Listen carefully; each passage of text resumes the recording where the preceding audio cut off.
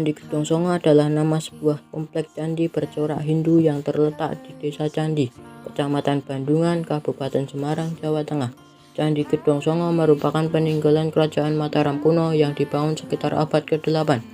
Candi Gedong Songo dibangun oleh Rakai Mataram Sang Ratu Sanjaya Raja pada awal pemerintahannya. Nama Gedong Songo berasal dari bahasa Jawa, yaitu gedong yang artinya bangunan dan songo yang berarti 9. Candi ini ditemukan oleh Thomas Stamford Raffles pada tahun 1804. Mulanya hanya ditemukan 7 buah bangunan candi sehingga dinamakan Candi Gedong Pitu. Kemudian pada sekitar tahun 1908 hingga 1911, arkeolog asal Belanda bernama Van Steen dan Landfles menemukan 2 bangunan candi tambahan.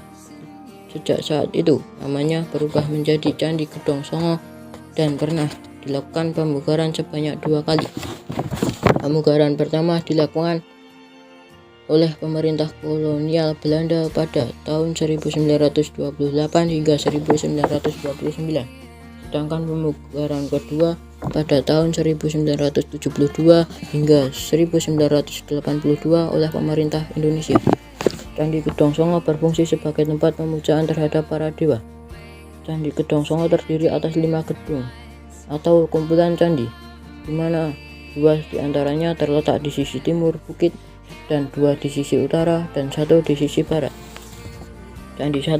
Candi ini berada di ketinggian 1208 meter di atas permukaan laut, yang di dalamnya terdapat yoni tanpa lingga yang merupakan simbol kejantanan dan kesuburan.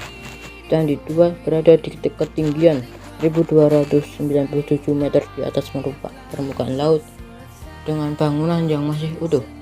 Candi 3 berada di ketinggian 1297 meter di atas permukaan laut dengan ketiga candi yang masih utuh dan terdapat candi Perwara. Selain memiliki hiasan stupa di atapnya, candi ini juga menjadi satu-satunya candi yang menggunakan makara atau arca yang berbentuk kepala gajah. Candi 4 berada di ketinggian 1295 meter di atas permukaan laut dengan 1 candi yang masih utuh dengan dikelilingi reruntuhan candi.